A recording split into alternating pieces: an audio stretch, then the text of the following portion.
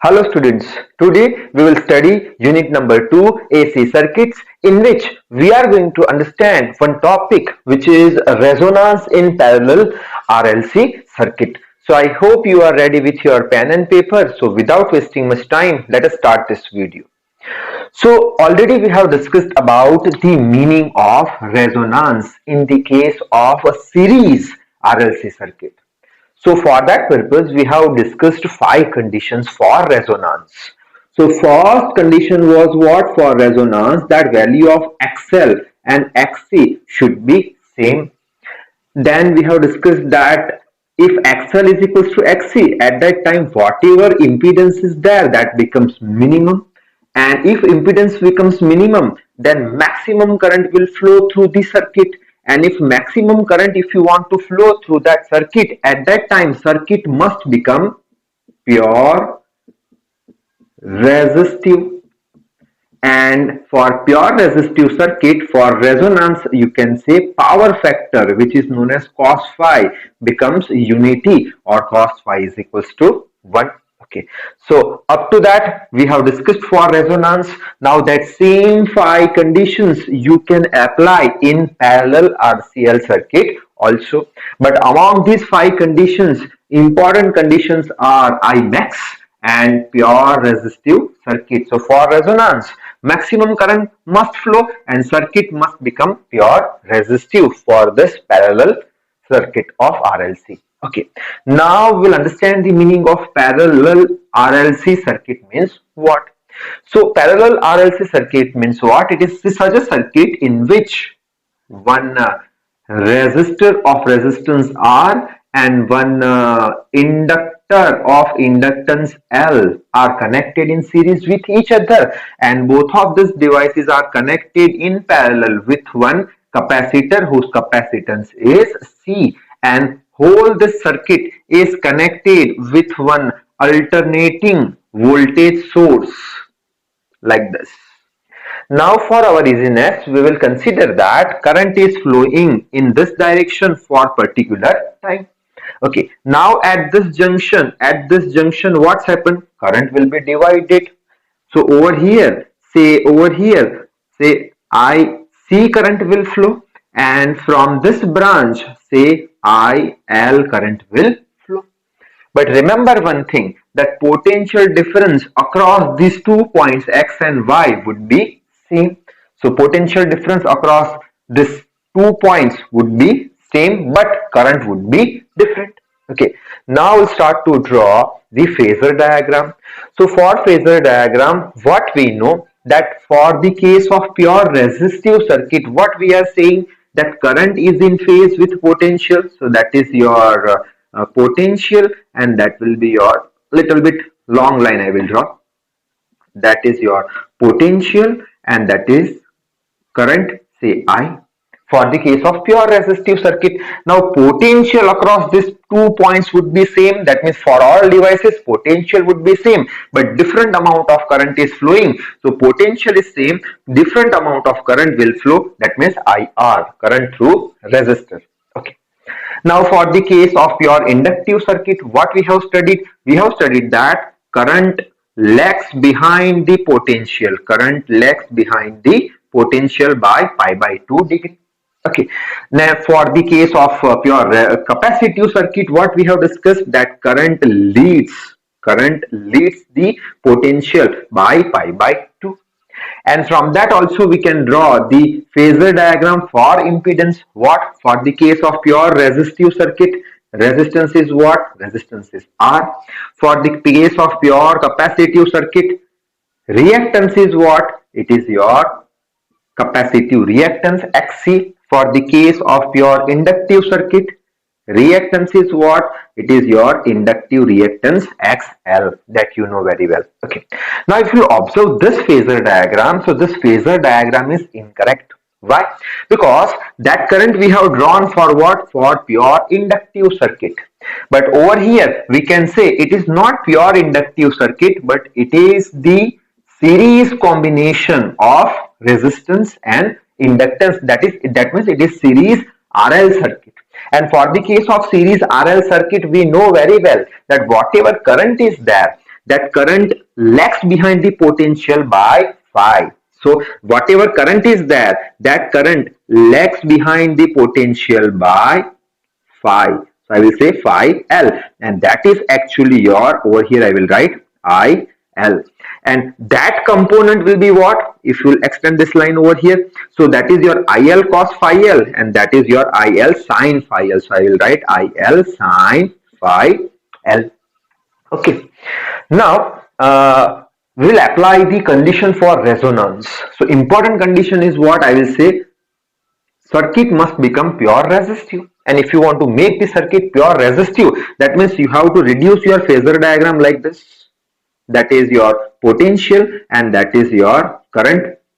That means current is in phase with potential, that is known as pure resistive circuit. That means both of this component must be same, and if both of the component will be same, then what's happen? Equal and opposite current will cancel out to each other, so that would be zero. Supposing that the IC is 5 ampere and IL sin phi is minus 5 ampere, so both of this current will become zero.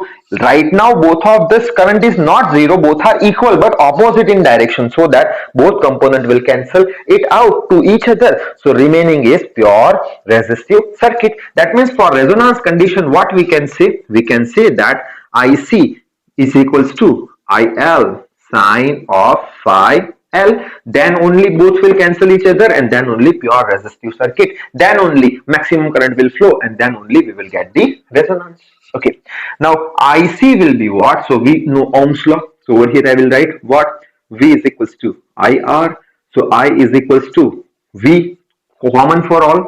Then we are talking about what? Okay, R, so IC we want, IC. So V common for all, and in capacitor, what we are saying, not resistance but reactance, capacitive reactance, which is your XC. So instead of IC, I will write V by XC, which is equals to, instead of IL, what I can write? Instead of IL, I can write V by XL.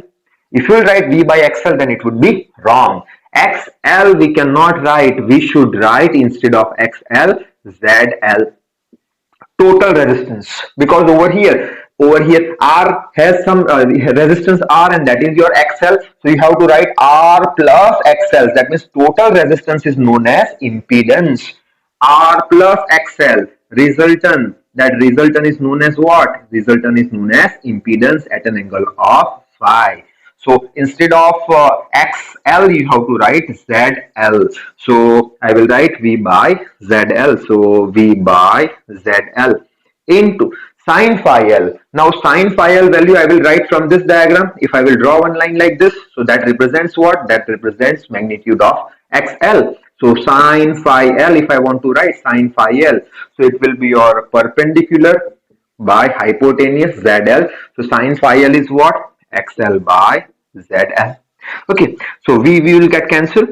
1 upon XC is equals to what?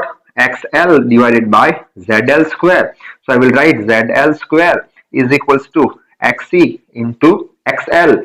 Okay, now ZL square, Z means what? So from this diagram, that is your triangle at a 90 angle. So I will apply the Pythagoras law. So ZL is equals to what? Under square root of R square plus XL square. Okay, so over here which value we want? Z square value we want. So ZL square is equals to what? R square plus XL square. So I will write R square plus XL square is equals to, now you know very well XC value, it is what? XC is 1 upon omega C. So I will write 1 upon omega C multiply with XL value, you know very well, omega into L. So omega into L, omega will get cancelled. So I will write R square plus XL. XL is what? Omega L. So omega square L square, which is equals to L by C. Now we will assume that at one angular frequency, say omega naught, both of the component would be same, so that circuit will become pure resistive, so that maximum current will flow, so that resonance will take place. So at omega naught frequency, that is angular resonance frequency, so I will write R square plus omega naught square L square is equals to L by C.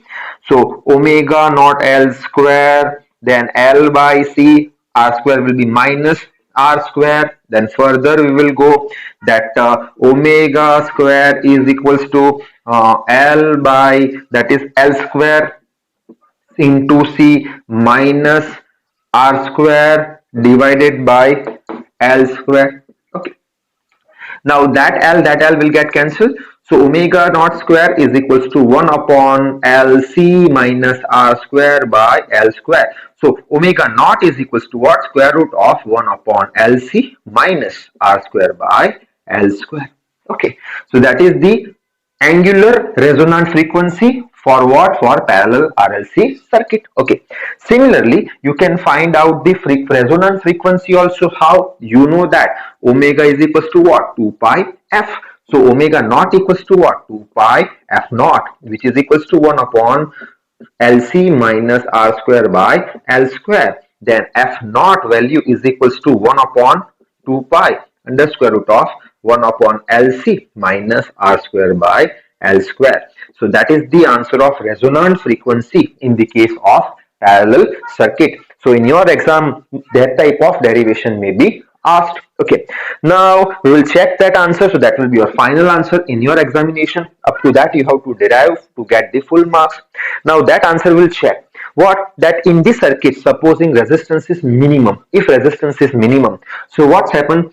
That is, resistance is minimum, so that whole term will become 0. If that whole term will become 0, so answer will be what? F naught is equals to 1 upon 2 pi. 1 upon 2 pi, that is what?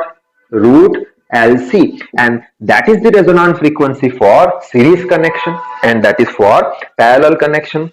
So that was all about the story of parallel circuit resonance. Now I would like to end this video. So till then, read hard, work hard. Thank you very much.